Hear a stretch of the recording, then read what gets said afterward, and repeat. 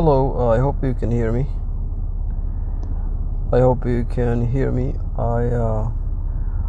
I went to Native American camp this evening.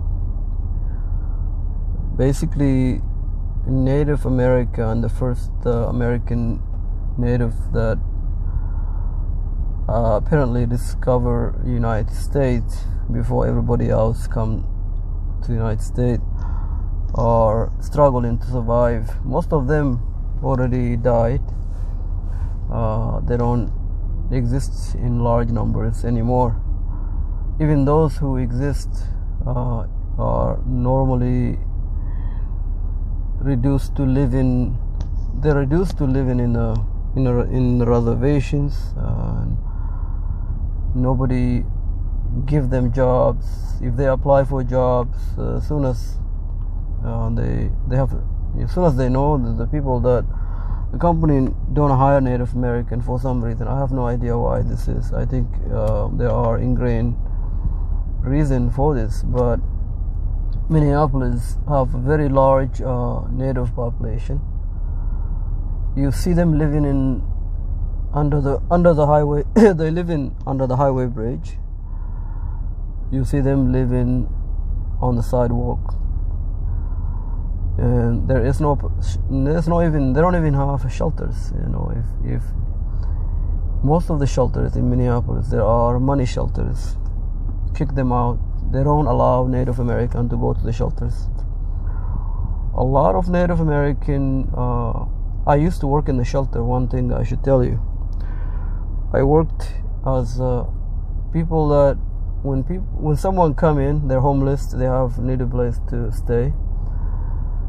They come in, and I'm the person that would process their registrations, ask for their names, where they live in before, and kind of fill out the forms, and then enable for the person to come in.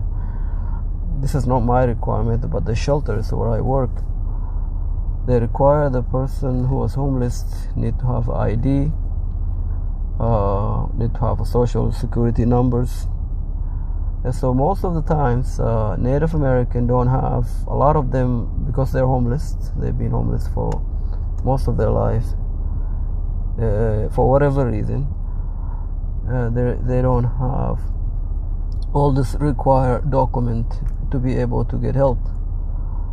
So they're not able to be admitted to the shelters. It's just simple as asking for social numbers, asking for ID, state ID. They don't have it, and then they can't come in. And it's been like that for as long as I remember in Minneapolis. Anyway, the purpose of this video is to show you today, in the midst of coronavirus, there are large Native American suffering in Minneapolis. The suffering, any conscious-minded person, any human beings, born human beings should be concerned about these issues. Apparently, the city is not helping the Native Americans. You will see the people living in the camps. On this video that I'm going to show you, I walked over. I noticed there are a lot of tent city, basically a tent on the sidewalk, a tent next to the highway. The tent like a little houses, boxes of people basically living out of the box. One of those moving boxes. You get it from Menard or Walmart, big enough boxes. This is what they're living out of. They're living out of the box. There is no sanitary, there's no bathroom, there is no place for them to wash their hand. They don't have any face mask or face covering to protect themselves from, or their family, their children, from the coronavirus. They don't have anything. They don't have any food. And on this video, you will see me walking over, crossing the highway, I have to park my car. I have to park my car on the side in the nearby businesses. There are a lot of police there. The police, they set up this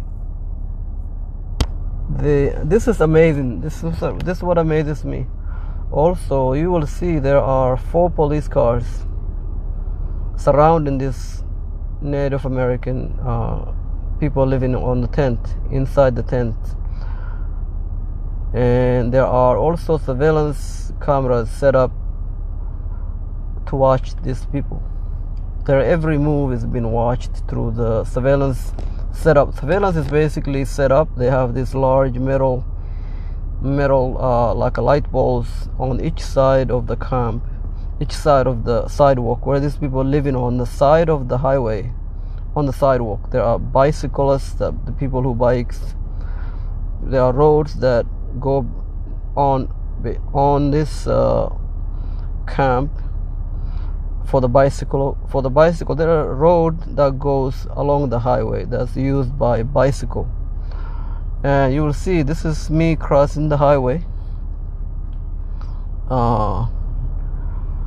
This is like one of those local highway with the red lights, 65 miles an hour, but there is a red lights, and you can see I'm running to cross the road and almost got run over. I was also recording for my own life because I don't know what's gonna happen to me when I was going over there. There are a ton of police in this part of the city are not friendly. They're known to kill and shoot black people.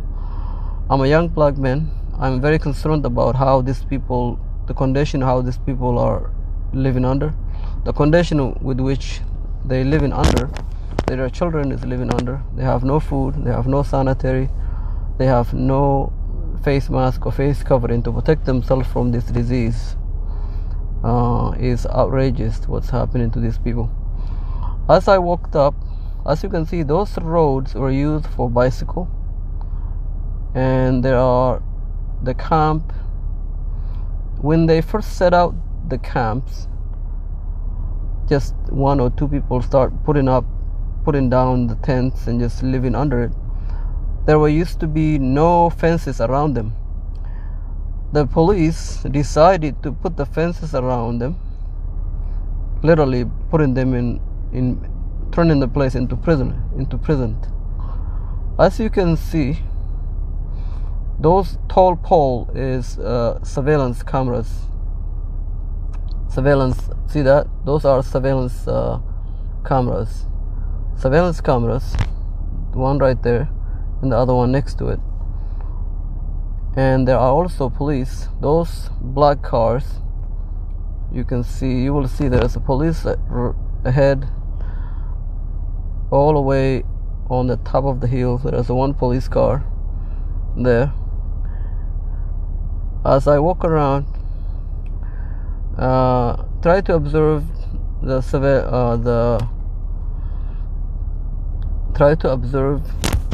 the tent inside the fence. I've seen people in a wheelchair. I've seen small children, and everybody. This is early morning, remember, early morning, and I wasn't recording openly because I was concerned that the police will probably start. If most of the times you will see a lot of people recording on Minneapolis. Police normally will arrest them, will end up physically assaulting them, will physically sometimes may even start killing somebody over recording videos, because when the police start grabbing you, they don't hesitate to use their weapons, and I don't want to end up dead. So I was recording, but I was recording it in such way where the police doesn't know that I was recording, and I want to document the suffering of these people. My intention is nothing against the police. I was just want to document the condition under which these people have been treated. No help of any kind were provided to these people, unfortunately. No help was